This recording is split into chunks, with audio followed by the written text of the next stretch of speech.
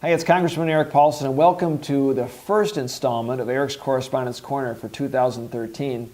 Hope everyone had a great New Year and a Merry Christmas and holiday season. For those of you that aren't familiar, every week I take a couple of questions that I receive from my constituents through email, letters, or Facebook or Twitter. I answer those through a video conversation at the end of every week. So I encourage you to send in your thoughts and questions as a part of this process. We also had the swearing in of the 113th Congress this week. And so on Thursday, I had two of my daughters out with me as a part of that new congressional effort being sworn in. And I look forward to hearing from many of you on important issues. The fiscal cliff, of course, has dominated a lot of the news discussion, but we did get a few emails on some other topics this week. In fact, we received a letter. I got a letter from Ben, who's a student in Eden Prairie, and he wrote in about nuclear energy. He says, "It comes to my attention, Congressman Paulsen, that you wanted to end the moratorium on Minnesota's moratorium for nuclear power. From what I saw in my research on this topic, I thought that the cons for nuclear power far outweighed the pros. Yes, nuclear power creates relatively emissions-free energy and lots of electrical energy. However, nuclear power plants also create lots of radioactive waste. Another thing I found out was that it takes a long time to approve plans to build a nuclear power plant. I believe we should be utilizing more wind, solar, and hydroelectric ways to supply clean energy to our country." Well, first of all, Ben, I agree. We do need to do wind, solar, hydroelectric, and all forms of energy from an all-above perspective, so we're not dependent on foreign oil. I do support nuclear energy, and here's why.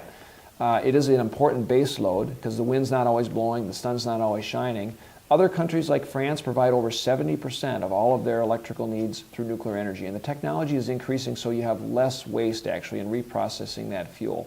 So there are opportunities. It's one of the reasons why Congressman Tim Walz, who's a Democrat, and myself called for ending that moratorium in Minnesota. And it does take a long time to plan and build a new plant.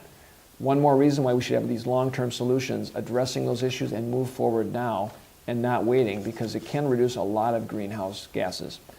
I also heard this week from Tracy in Bloomington, who sent me an email that reads in part, "Representative Paulsen, I am appalled to hear that President Obama signed an executive order last week that will lift a ban on pay freezes for federal employees. I highly agree with a Republican senator who is urging him to rescind that executive order, granting pay raises and increases to Congress and other federal employees, saying the move doesn't exactly jibe with the country's debt crisis. Please show the citizens of Minnesota that you do not agree with congressional pay raises and that you are willing to place yourself in the same financial situation as those citizens. Thank you for consideration, Tracy." Well, Tracy, thanks for bringing that to my attention. Actually, I was shocked when the President, by executive order, signed an executive order giving all members of Congress and the Vice President a pay raise. In Congress, we've had our pay frozen, especially in these tough economic times. That is absolutely appropriate. And I think it was wrong for the President to do that.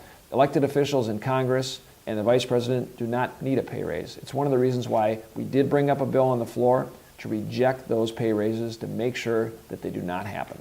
I want to thank all of you for taking the time to write, send your thoughts, your questions. Don't hesitate to be a part of this video conversation each and every week. You can email me. You can reach me on the website at paulsen.house.gov or, of course, on Facebook or Twitter as well. Have a great weekend and week.